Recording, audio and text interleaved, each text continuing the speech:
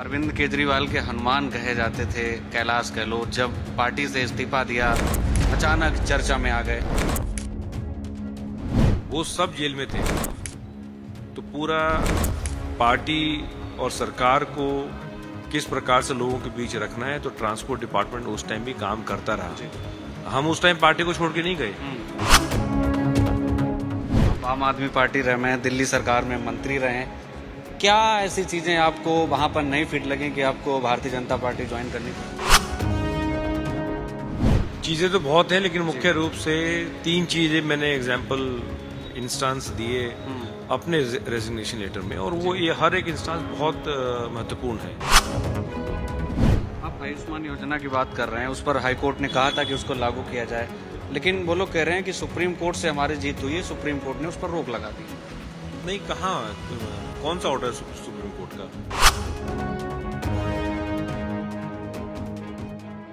दिल्ली में चुनावी सरगर्मियां काफी तेज हैं। 5 फरवरी को मतदान होना है, लेकिन उससे पहले आरोप प्रत्यारोप की राजनीति जो है वो अंतिम चरण में है, क्योंकि करीब 1 हफ्ते से भी कम का समय बचा है और उसके बाद दिल्ली में चुनावी मतदान हो रहा है। हमारे साथ बिजबासन विधानसभा से भारतीय जनता पार्टी के प्रत्याशी कैलाश गहलोत जी हैं।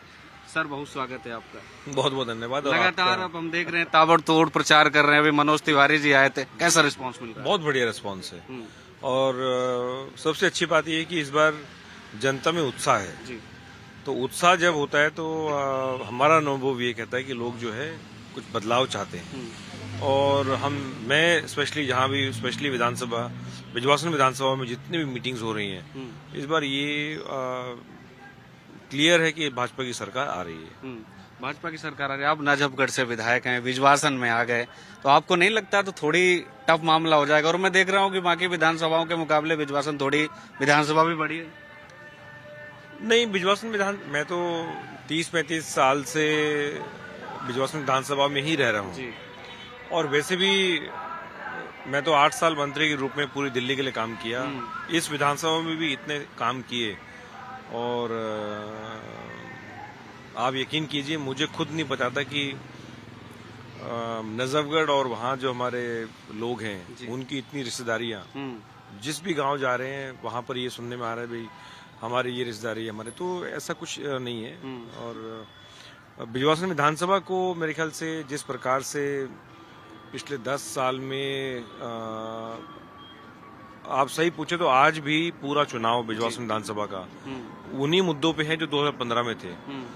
पानी नहीं है पूरी विधानसभा में, कोई प्लानिंग ही नहीं है, इवन सीवर की कोई प्लानिंग नहीं है। 10 साल में कोई एसटीपी बना नहीं, ड्रेनेज के इतने सीरियस इश्यूज हैं कि 5 मिनट बारिश होने पे घुटना घुटना पानी भर जाता है, और सड़कें टूटी हुई हैं, नालियां नहीं है, तो एंटायर विधानसभा जो है is in a very bad state.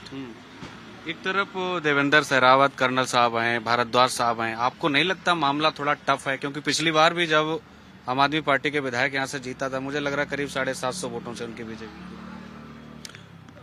देखिए, मैं जिस प्रकार से आम आदमी पार्टी का मिस गवर्नेंस रहा, और जिस प्रकार से लोगों के काम बार बार वादे करने के बाद भी काम नहीं हुए, लोगों में खूब गुस्सा है, खूब रोष है, डिसअपॉइंटमेंट है।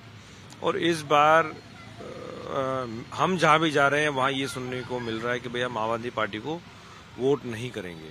तो उसको देखते हुए और बीजेपी की जो पॉजिटिविटी है, जो अभी इतनी इम्पोर्टेंट घोषणाएं जो की हैं, तो उससे क्लियर है। इवन झुकी झोपड़ी जो कहा जाता है कि भाई ये तो झाड़ू को वोट करते थे, वहां भी लोग ये कह रहे हैं कि इस बार हम आम आदमी पार्टी को वोट नहीं करेंगे।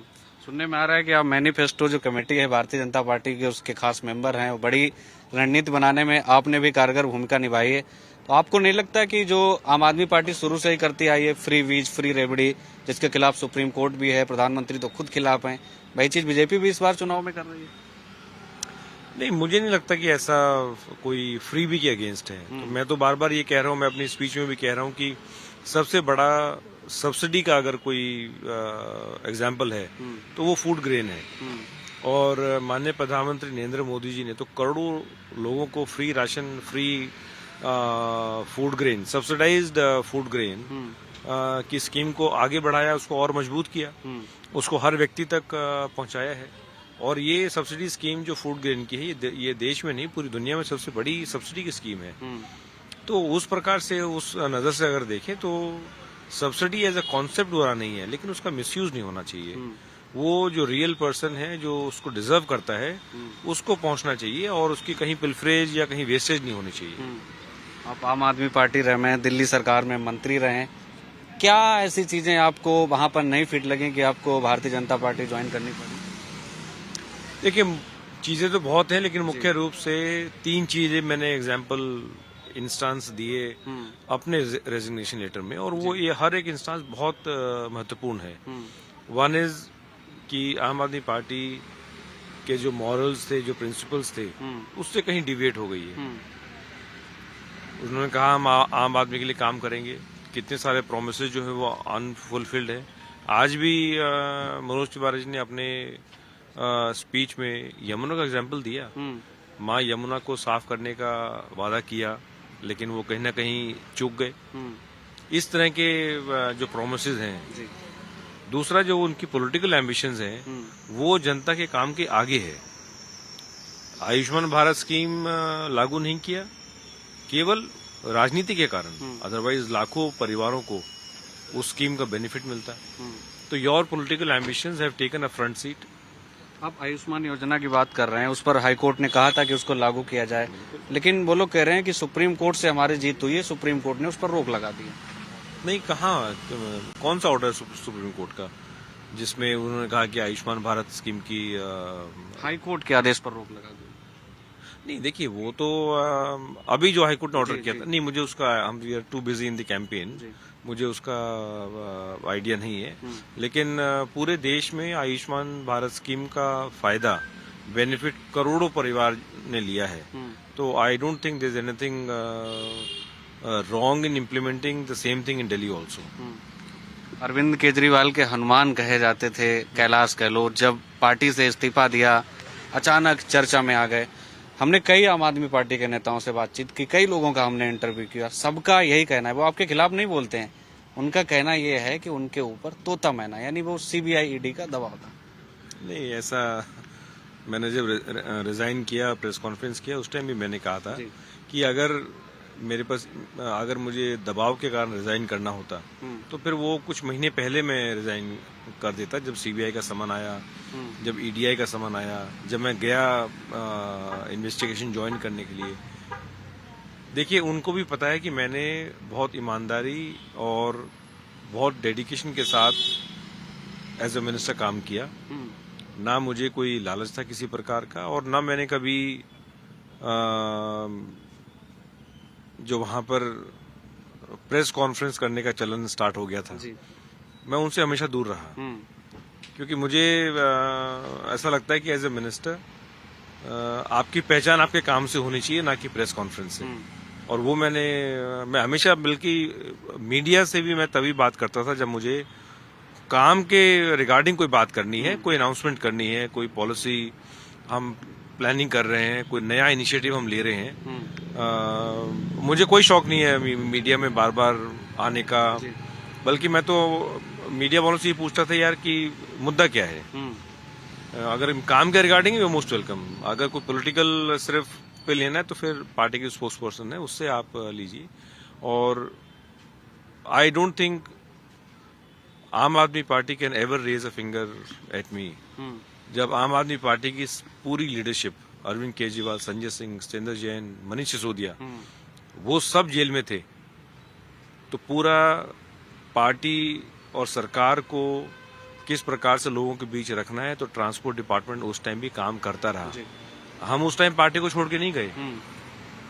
जब इसीलिए तो आपसे सवाल पूछा जा रहा है कि जब पार्टी के सारे लीडर्स बाहर आ गए, तब मैंने रिजाइन किया है, ताकि कोई भी व्यक्ति ये ना कह सके कि यार पार्टी संकट में थी और वो देखो वो भी छोड़ के गए।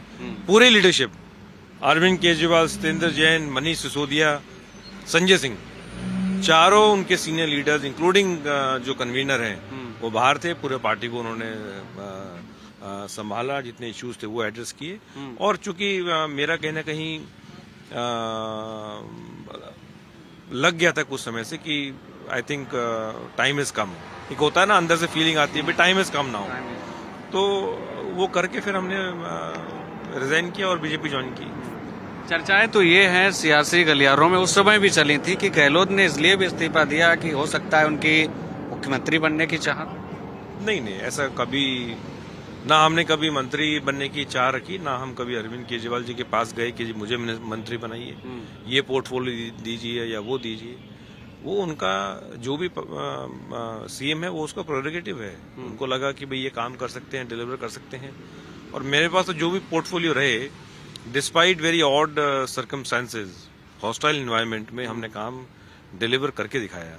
तो ऐसा कुछ नहीं है। जब आपने इस्तीफा दिया तब वो लोग एक और सवाल आप पर खड़े कर रहे थे कि इस्तीफा देना था वो तो ठीक था, लेकिन इस्तीफा के कुछ ही दिनों बाद भारतीय जनता पार्टी ज्वाइन करना, ये कहीं न कहीं उनका पहले से ही प्लान था जाने का। नहीं, राजनीति तो करनी है। I am here to serve people of Delhi ji, तो मुझे घर थोड़ी बैठना है।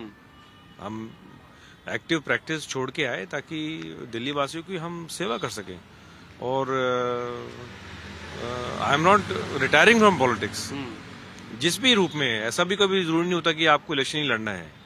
अगर आप लोगों की सेवा करना चाहते हैं तो there are so many different ways of serving people. तो जब वहां से रिजाइन किया तो फिर जो नेक्स्ट ऑल्टरनेटिव है, आप कहीं ना कहीं अलाइन होते हैं। और जिस प्रकार से मोदी जी काम कर रहे हैं, देश में काम कर रहे हैं, अलग अलग स्टेट्स में काम हो रहा है, बाहर जो है वो भारत इंडियंस का जो एक गौरव है वो बढ़िया हो रहा है। And the entire world is looking towards India now. तो उसमें कोई प्लान तो आदमी करता ही है, ये थोड़ी कोई ऐसा है कि चलिए आज मूवी देखने चलते हैं। आपसे एक आखिरी सवाल, दिल्ली सरकार में आप मंत्री रहे हैं, बड़े नेता रहे हैं आम आदमी पार्टी के, बीजेपी में आए तो बीजेपी के बड़े नेता हो गए, कितनी सीटें बीजेपी जीतने जा रही है, क्या लग रहा है आपको इस बार दिल्ली में? पहले तो मैं I am a very ordinary person ji, और जमीन से जुड़ के हमेशा मैंने काम किया है। My whole attention focus has always been public oriented, कि पब्लिक को फायदा होना चाहिए अगर आप मंत्री हैं या एमएलए हैं। और जहां तक बात सीटों की है तो मुझे लगता है कि अच्छी मेजोरिटी के साथ सरकार जो है वो बन रही है, और स्टेबल गवर्नमेंट के साथ। तो उसका जो डेफिनेशन है वो आप गेस कीजिएगा। बहुत धन्यवाद गहलोत साहब। तो ये कैलाश गहलोत जी थे, बिजवासन विधानसभा से भारतीय जनता पार्टी के उम्मीदवार, आम आदमी पार्टी के बड़े नेता रहे हैं, दिल्ली सरकार में मंत्री रहे हैं, लेकिन अभी कुछ ही दिन पहले बीजेपी में आए तो बिजवासन से इस वक्त वो चुनाव लड़ रहे हैं। हालांकि बिजवासन में क्या होगा, दिल्ली में इस बार क्या होगा, ये भी 5 फरवरी को ईवीएम में कैद हो जाएगा। और 8 फरवरी को जब दिल्ली का जनादेश आएगा तब देखना होगा कि दिल्ली का सुल्तान कौन होगा। फिलहाल कैमरामैन वीरेंद्र के साथ रानू मिश्रा, दिल्ली। हमसे जुड़े रहने के लिए हमारे YouTube चैनल को सब्सक्राइब करें और नई वीडियो की नोटिफिकेशन के लिए बेल आइकॉन को दबाएं।